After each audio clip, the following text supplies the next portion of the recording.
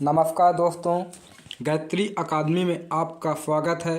तो चलिए स्टार्ट करते हैं। आज का पहला प्रश्न, अग्नि नियंत्रण आदेश कितने प्रकार के होते हैं? 9 प्रकार, 8 प्रकार, 4 प्रकार, 5 प्रकार। आंसर 4 प्रकार। 4 प्रकार अर्थात अग्नि नियंत्रण आदेश 4 प्रकार के होते हैं। पहला भरा हुआ, दूसरा संक्षिप्त, तीसरा व्यक्तिगत, चौथा विलंबित। अब अगला प्रश्न, अग्नि नियंत्रण आदेश के क्रम को याद रखने के लिए मुहावरा क्या है? PRT, grit, trig, frit. Answer grit. Option B. व्याख्या, अग्नि नियंत्रण आदेश के क्रम को याद रखने के लिए मुहावरा ग्रिट है, अर्थात उत्तर बी सही है। अब अगला प्रश्न, दूरी मापने की कितनी विधियां हैं? 6 विधियां, 4 विधियां, 7 विधियां, 9 विधियां।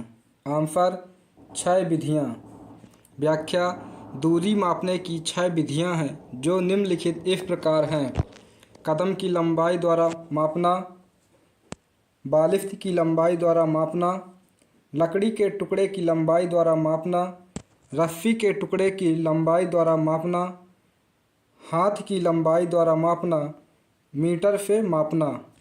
अब अगला प्रश्न, कबर कितने प्रकार के होते हैं? 3 प्रकार, 2 प्रकार, 5 प्रकार, 4 प्रकार। आंसर 2 प्रकार के।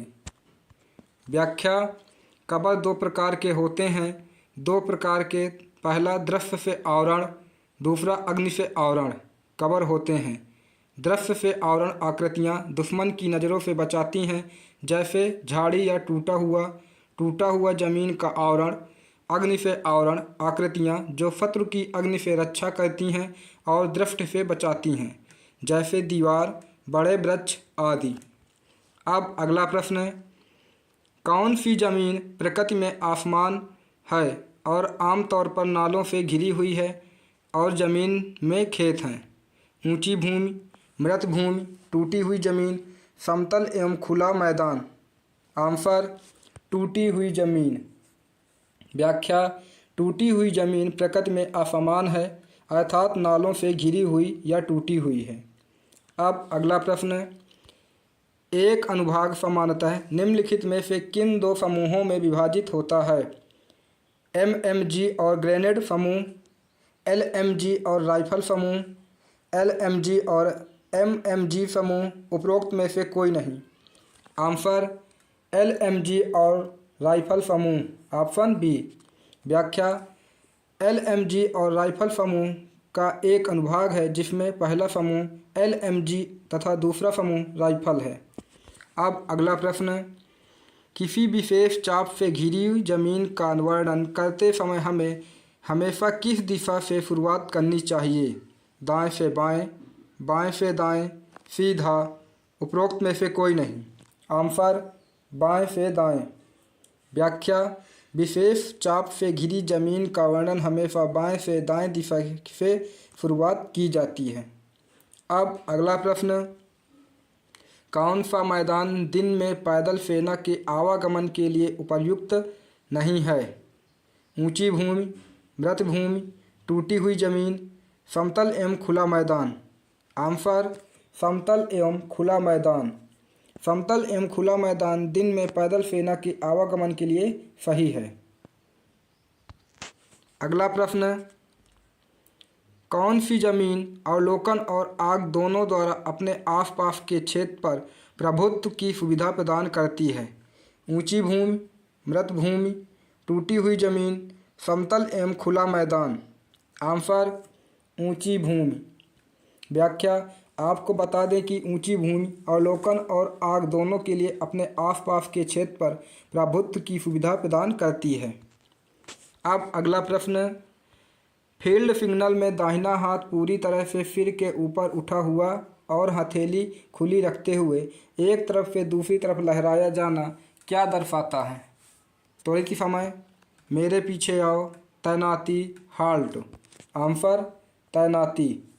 व्याख्या, फील्ड सिग्नल में दाहिना हाथ पूरी तरह से सिर के ऊपर उठा हुआ और हथेली खुली रखते हुए एक तरफ से दूसरी तरफ लहराया जाना तैनाती के लिए संकेत करता है। अब अगला प्रश्न, फील्ड सिग्नल में हमले की दिशा के अनुसार दाएं या बाएं हाथ से मुक्का मारने की गति को क्या कहते हैं? मेरे पीछे आओ, हमला, शत्रु आ रहा है, शत्रु स्थिति का संदेह। आंसर हमला, ऑप्शन बी। व्याख्या, फील्ड सिग्नल में हमले की दिशा के अनुसार दाएं या बाएं हाथ से मुक्का मारने की गति को हमला करना कहते हैं। अगला प्रश्न, एक सीटी के साथ फील्ड सिग्नल में 5 सेकंड के अंतराल पर दोहराए जाने वाले 2 लंबे विस्फोटों को क्या कहा जाता है? शत्रु विमान चला गया, दुश्मन LMG फायरिंग, अंतिम आदेश समझ में नहीं आया, डबल मार्च। आंसर शत्रु विमान चला गया, ऑप्शन ए। एक सीटी के साथ फील्ड सिग्नल में 5 सेकंड के अंतराल पर दोहराए जाने वाले 2 लंबे विस्फोटों को शत्रु विमान चला गया कहा जाता है। अगला प्रश्न, दूरियां कब तक अधिक आंकी जाती हैं?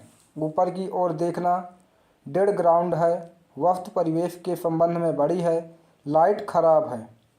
आंसर लाइट खराब है। व्याख्या, दूरियां तब अधिक आंकी जाती हैं जब लाइट खराब हो जाती है। अगला प्रश्न, कूल्हे और संगीन लड़ाई से फायरिंग के लिए कौन सा अनुभाग बहुत अच्छा है? फाइल, एकल फाइल, हीरा, विस्तारित लाइन। आंसर विस्तारित लाइन। व्याख्या, विस्तारित लाइन अंतिम हमले में प्रयुक्त संरचना है। यह अग्नि उत्पादन अर्थात कूल्हे से और संगीन लड़ाई के लिए बहुत अच्छा है। अगला प्रश्न, मृत भूमि किस प्रकार के हथियारों से बचाव नहीं कर सकती?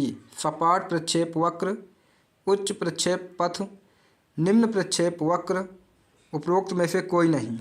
आंसर उच्च प्रक्षेप पथ, ऑप्शन बी। मृत भूमि उच्च प्रक्षेप पथ के हथियारों से बचाव नहीं कर सकती है। अगला प्रश्न, दूरियां कब कम आंकी जाती हैं? जब प्रकाश उज्ज्वल हो, जब वस्तु छोटी हो, नीचे की ओर देखते समय, बीच में समतल भूमि। आंसर जब प्रकाश उज्ज्वल हो। व्याख्या, दूरियां तब कब आंकी जाती हैं जब प्रकाश उज्ज्वल हो जाता है। अब अगला प्रश्न, माप की इकाई विधि का दूसरा नाम क्या है?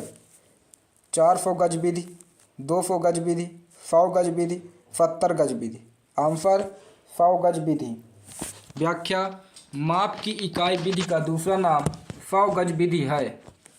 अगला प्रश्न, लक्ष्य की पहचान की दिशा विधि में पूर्ण बाएं से दाएं का अर्थ लगभग कितने डिग्री होता है? 180 degree, 120 degree, 90 degree, 75 degree. Answer 90 degree.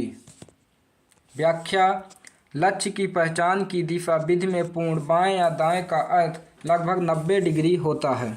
अब अगला प्रश्न, किसी अनुभाग में नियंत्रण की डिग्री का निर्धारण कौन करता है?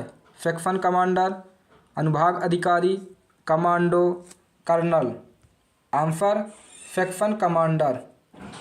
व्याख्या, अनुभाग में नियंत्रण की डिग्री का निर्धारण सेक्शन कमांडर या अनुभाग कमांडर करता है।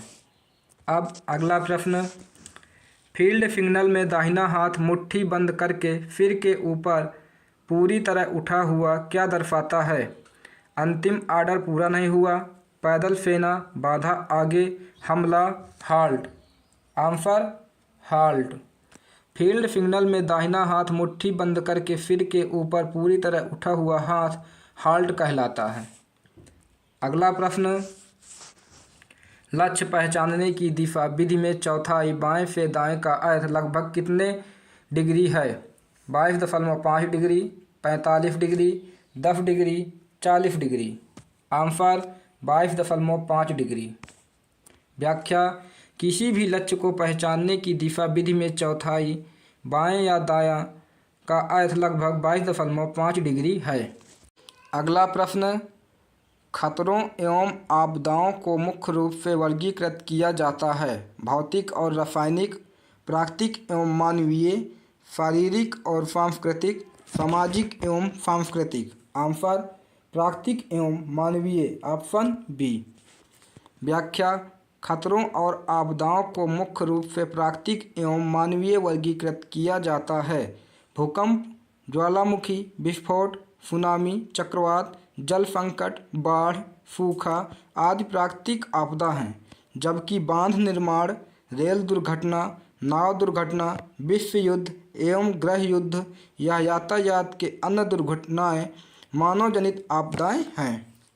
अब अगला प्रश्न, निम्नलिखित में से कौन सा विषय युद्ध शिल्प में शामिल है?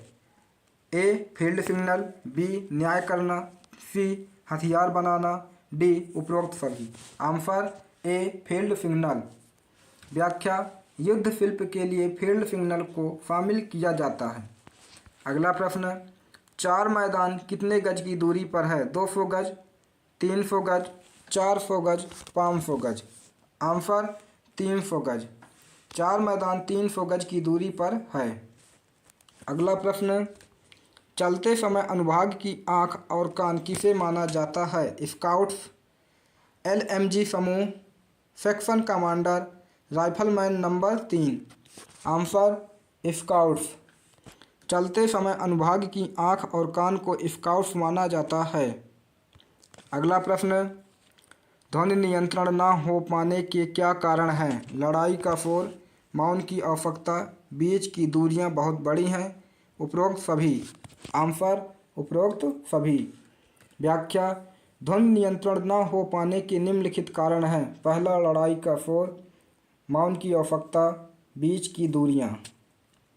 अगला प्रश्न, छिपाव की सफल उपलब्धि किसके सही प्रयोग पर निर्भर करती है? प्राकृतिक आवरण और कृत्रिम अम्ल, अच्छी दृष्टि, अच्छी सहन क्षमता, उपरोक्त में से कोई नहीं। आंसर प्राकृतिक आवरण और कृत्रिम अम्ल। Option A. प्राकृतिक आवरण और कृत्रिम अम्ल छिपाव की सफल उपलब्धि के प्रयोग पर निर्भर करती है। अगला प्रश्न, रात्रि में दिन दूरी मापने की एकमात्र उपयुक्त विधि कौन सी है? आधा करना, माप की इकाई, कुंजी रेंज, अनुभाग औसत। आंसर कुंजी रेंज। रात्रि में दूरी मापने की एकमात्र कुंजी रेंज विधि है। अब अगला प्रश्न, प्रकाश होने पर हमें अधिक अनुमानित दूरी प्राप्त होती है। जब प्रकाश उज्ज्वल हो, जब प्रकाश मंद हो, यह प्रकाश की तीव्रता से स्वतंत्र है, उपरोक्त में से कोई नहीं। आंसर जब प्रकाश मंद हो। Option B. जब प्रकाश मंद होने पर हमें अधिक अनुमानित दूरी प्राप्त होती है। प्रश्न, दृश्य प्रशिक्षण किस प्रशिक्षण का भाग है? फील्ड क्राफ्ट, युद्ध शिल्प, सैन्य अड्डा, उपरोक्त में से कोई नहीं। Answer field craft.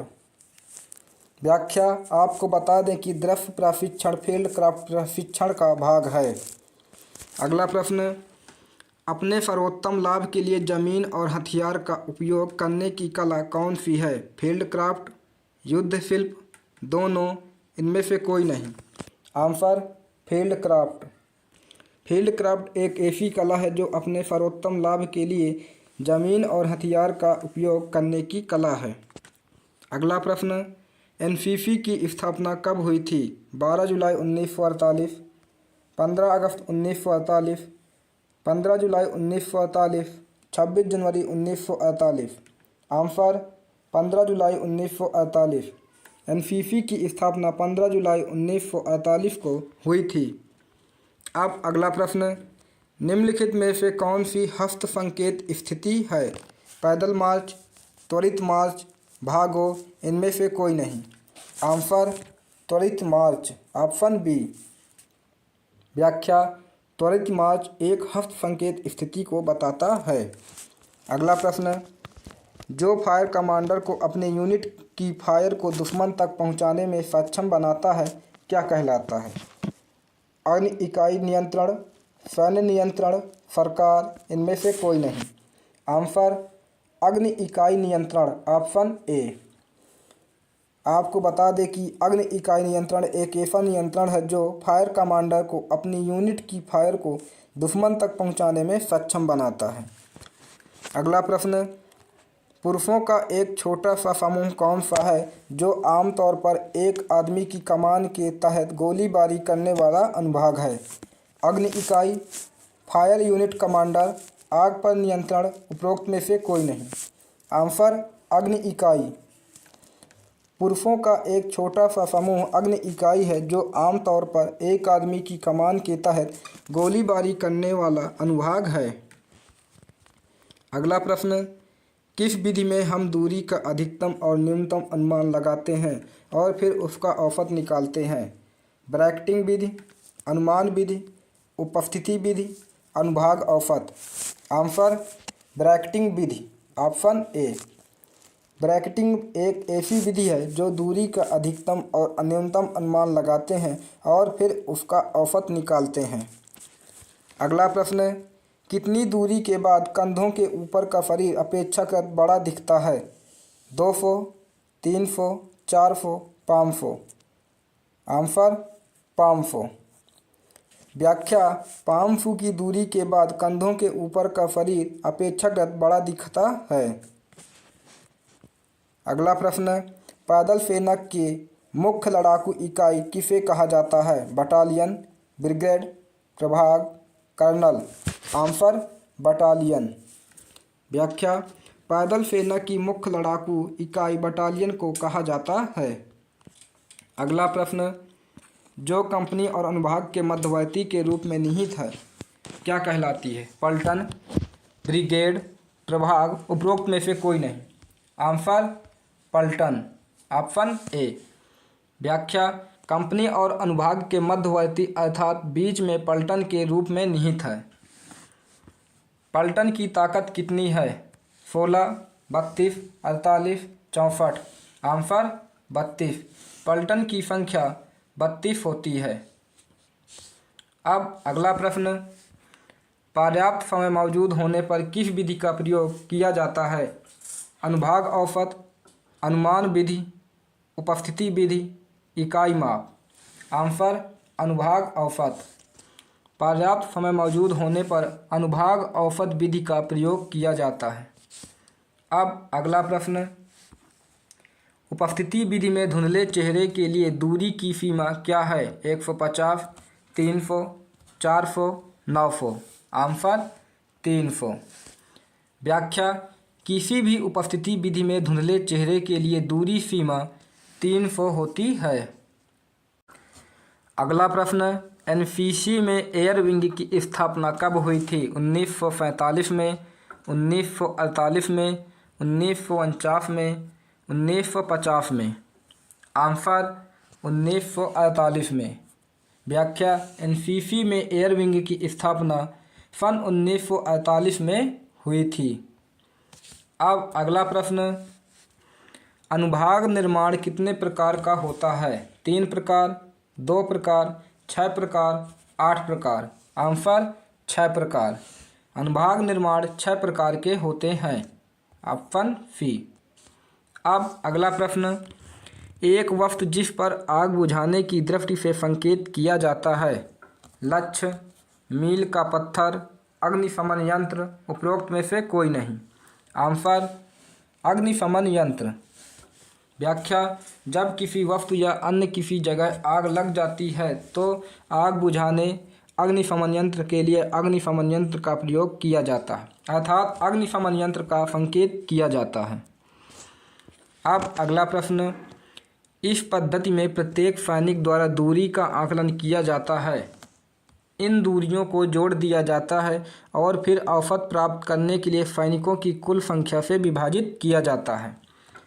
ए अनुभाग औसत विधि, बी आधा करने की विधि, सी उपस्थिति विधि, डी कुंजी रेंज विधि। आंसर कुंजी रेंज विधि, ऑप्शन डी।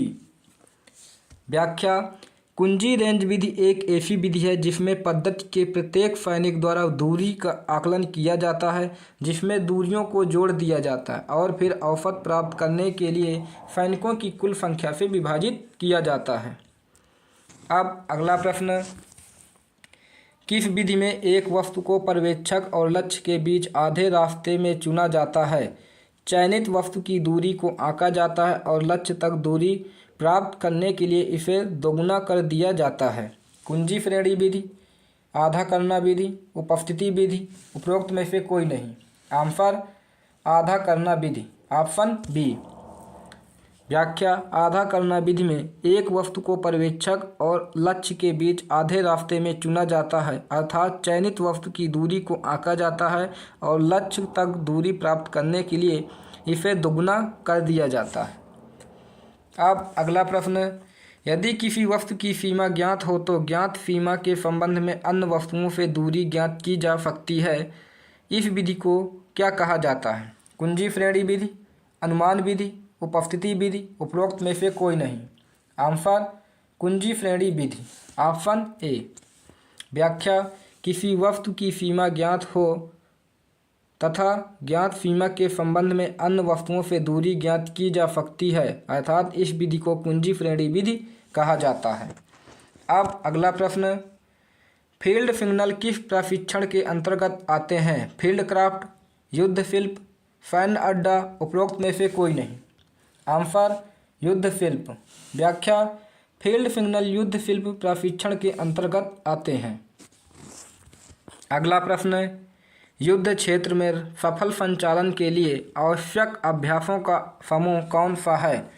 फील्ड क्राफ्ट, युद्ध शिल्प, सैन्य अड्डा, उपरोक्त में से कोई नहीं। आंसर युद्ध शिल्प, ऑप्शन बी। व्याख्या, युद्ध क्षेत्र में सफल संचालन के लिए आवश्यक अभ्यासों का समूह युद्ध शिल्प के द्वारा किया जाता है। प्रश्न, संगीन का उद्देश्य क्या है? नज़दीकी दूरी के हथियार के रूप में इस्तेमाल किया जाना, लंबी दूरी के हथियार के रूप में उपयोग किया जाना, काटने और चुभाने के लिए एक उपकरण के रूप में उपयोग किया जाना, आग शुरू करने के लिए एक उपकरण के रूप में उपयोग किया जाना। आंसर नज़दीकी दूरी के हथियार के रूप में इस्तेमाल किया जाना, ऑप्शन ए। व्याख्या, संगीन का मुख्य उद्देश्य नज़दीकी दूरी के हथियार के रूप में इस्तेमाल किया जाता है। अगला प्रश्न, पर्याप्त समय मौजूद होने पर किस विधि का प्रयोग किया जाता है? अनुभाग औसत, अनुमान विधि, उपस्थिति विधि, इकाई माप। आंसर अनुभाग औसत। व्याख्या, पर्याप्त समय में मौजूद होने पर अनुभाग औसत विधि का प्रयोग किया जाता है। अगला प्रश्न, युद्ध के दौरान छलावरण कपड़ों का क्या उद्देश्य है? पर्यावरण के साथ घुलना मिलना, अलग दिखना और आसानी से देखा जाना, ठंड के मौसम में गर्म रहने के लिए किसी के धन और रुतबे का प्रदर्शन करना। आंसर पर्यावरण के साथ घुलना मिलना, ऑप्शन ए। आपको बता दें कि युद्ध के दौरान और छलावरण कपड़ों का मुख्य उद्देश्य वातावरण के साथ घुल मिल जाना है। अगला प्रश्न, किसी हमले के दौरान छिपने का सबसे अच्छा तरीका क्या है? किसी दीवार या बैरियर के पीछे, खुले मैदान में, एक पेड़ में, किसी झील या नदी में। आंसर किसी दीवार या बैरियर के पीछे, ऑप्शन ए। जब किसी हमले के दौरान छिपने का सबसे सही तरीका किसी दीवार या बैरियर के पीछे छिप जाना है। अगला प्रश्न, एक फील्ड क्राफ्ट और बैटल क्राफ्ट सैनिक के लिए सबसे महत्वपूर्ण कौशल क्या है? नेविगेशन, शूटिंग, खाना बनाना, गायन। Answer navigation, option A. एक फील्ड क्राफ्ट और बैटल क्राफ्ट सैनिक के लिए सबसे अच्छा या महत्वपूर्ण कौशल नेविगेशन करना है। अगला प्रश्न, युद्ध के मैदान में चुपचाप आगे बढ़ने का सबसे अच्छा तरीका क्या है? रेंगना, चल रहा है, चलना, कूदना। आंसर रेंगना। युद्ध के मैदान में चुपचाप आगे बढ़ते रहना सबसे अच्छा तरीका रेंगना है। अब अगला प्रश्न, सफल फील्ड क्राफ्ट और बैटल क्राफ्ट की कुंजी क्या है? अनुशासन, भाग्य, ताकत, इंटेलिजेंस। आंसर अनुशासन, ऑप्शन ए। सफल फील्ड क्राफ्ट और बैटल क्राफ्ट की मुख्य कुंजी अनुशासन है। अगला प्रश्न, फील्ड क्राफ्ट और बैटल क्राफ्ट का प्राथमिक उद्देश्य क्या है? युद्ध जीतने के लिए, किसी की शारीरिक फिटनेस में सुधार करना, प्रकृति के बारे में अपना ज्ञान बढ़ाना, सैनिकों के बीच सौहार्द की भावना पैदा करना। आंसर युद्ध जीतने के लिए। Option A. फील्ड क्राफ्ट और बैटल क्राफ्ट का प्राथमिक उद्देश्य युद्ध जीतने के लिए है। अगला प्रश्न, उपस्थिति विधि में संदर्भ किसे माना जाता है? इंसान, टावर, लक्ष्य, उपरोक्त में से कोई नहीं। आंसर इंसान। व्याख्या, आपको बता दें कि उपस्थिति विधि के संदर्भ में इंसान को सबसे अच्छा माना गया है। अगला प्रश्न, भारतीय वायुसेना की स्थापना कब हुई थी? 8 अक्टूबर 1932, 10 अक्टूबर 1942, 8 अक्टूबर 1932, 10 अक्टूबर 1942। Answer 8 October 1932। Option A. भारतीय वायुसेना की स्थापना 8 अक्टूबर 1932 को हुई थी। अगला प्रश्न, दूरदर्शिता ब्लेड कितनी दूरी पर खड़े व्यक्ति को ढक लेता है? चेहरा पहचान में नहीं आता। 200, 300, 400, 500। आंसर 400। व्याख्या, दूरदर्शिता ब्लेड 400 दूरी पर खड़े व्यक्ति को ढक लेता है जिसमें चेहरा की पहचान नहीं हो पाती है। अगला प्रश्न, क्राफ्ट में section formation, fire and control, fire and move, section battle drill शामिल है। युद्ध शिल्प, क्षेत्र शिल्प, दोनों, इनमें से कोई नहीं। आंसर युद्ध शिल्प। व्याख्या, क्राफ्ट में सेक्शन फॉर्मेशन अथवा fire and control, fire and move, section battle drill युद्ध शिल्प में शामिल किया जाता है। अगला प्रश्न, हथियारों के साथ संकेतों में यू अक्षर बनाने के लिए दोनों हाथों को ऊपर उठाने की क्रिया क्या दर्शाती है? दुश्मन नज़र में, अग्रिम, लड़ाई, गोली मारो। आंसर अग्रिम। हथियारों के साथ संकेतों में यू अक्षर बनाने के लिए दोनों हाथों की ऊपर उठाने की क्रिया अग्रिम कहलाती है। अगला प्रश्न, बारी बारी से लंबी और छोटी सीटी के धमाकों का क्रम कौन सा है? अलार्म विस्फोट, दुश्मन विस्फोट, सावधान विस्फोट, इनमें से कोई नहीं। आंसर अलार्म विस्फोट। Option A. अलार्म विस्फोट में बारी बारी से लंबी और छोटी सीटी के धमाकों का प्रयोग किया जाता है। अगला प्रश्न, इन्फेंट्री बटालियन की सबसे छोटी उप इकाई कौन सी है और स्वतंत्र कार्य करने में सक्षम है? भाग, ब्रिगेड, अनुभाग, सराहना। आंसर अनुभाग। इन्फेंट्री बटालियन की सबसे छोटी उप इकाई अनुभाग है जिसमें अनुभाग स्वतंत्र कार्य करने में सक्षम होता है। अगला प्रश्न, वह प्रमुख एवं अचूक वस्तु क्या है जिसकी सहायता से आप अन्य भूमि चिन्हों या लक्ष्यों को इंगित कर सकते हैं? संदर्भ बिंदु, संदेह का बिंदु, ग्लोब, इनमें से कोई नहीं। आंसर संदर्भ बिंदु। व्याख्या, संदर्भ बिंदु वह प्रमुख एवं अचूक वस्तु है जिसकी सहायता से आप अन्य भूमि चिन्हों या लक्ष्यों को इंगित कर सकते हैं। अगला प्रश्न, एक वस्तु जो जमीन पर उभरी हुई होती है और जिसका उपयोग सामने वाली जमीन को समझाने के लिए मौखिक आदेशों में किया जाता है। मृत भूमि, लक्ष्य, मील का पत्थर, उपरोक्त में से कोई नहीं। आंसर मील का पत्थर। मील का पत्थर एक वस्तु है जो जमीन पर उभरी हुई होती है अर्थात जिसका उपयोग सामने वाली जमीन को समझाने के लिए मौखिक आदेशों में प्रयोग किया जाता है। अगला प्रश्न, वह भूमि जो सैनिक अपनी स्थिति में नहीं देख पाता कहलाती है? बंद जमीन, बंजर भूमि, मृत भूमि, इन उपरोक्त में से कोई नहीं। आंसर मृत भूमि। मृत भूमि वह भूमि है जो सैनिक अपनी स्थिति से नहीं देख पाता है। अगला प्रश्न, जब शत्रु निकट आता है और आश्चर्यचकित हो जाता है तो सामान्यतः किस प्रकार का आदेश दिया जाता है? संक्षिप्त अग्नि नियंत्रण आदेश, अग्नि नियंत्रण आदेश, अग्नि इकाई, शिविर विशिष्ट आदेश।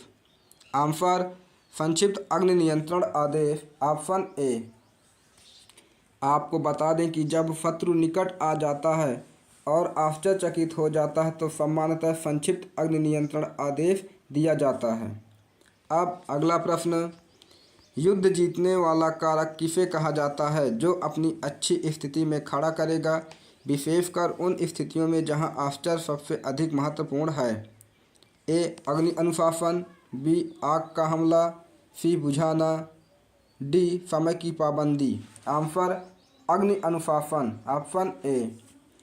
अग्नि अनुशासन युद्ध जीतने वाला कारक कहा जाता है जो अच्छी स्थिति में खड़ा करेगा, विशेषकर उन स्थितियों में जहां आश्चर्य सबसे अधिक महत्वपूर्ण है। अगला प्रश्न, किस विधि को 100 गज विधि भी कहा जाता है? कुंज श्रेणी विधि, उपस्थिति विधि, अनुभाग औसत, माप की इकाई। आंसर माप की इकाई। माप की इकाई विधि को 100 गज विधि भी कहा जाता है। अगला प्रश्न, राइफल समूह के मध्य में कौन रहता है? Section commander, colonel, para commando, air marshal. Answer section commander. Rifle समूह के मध्य में सेक्शन कमांडर रहते हैं।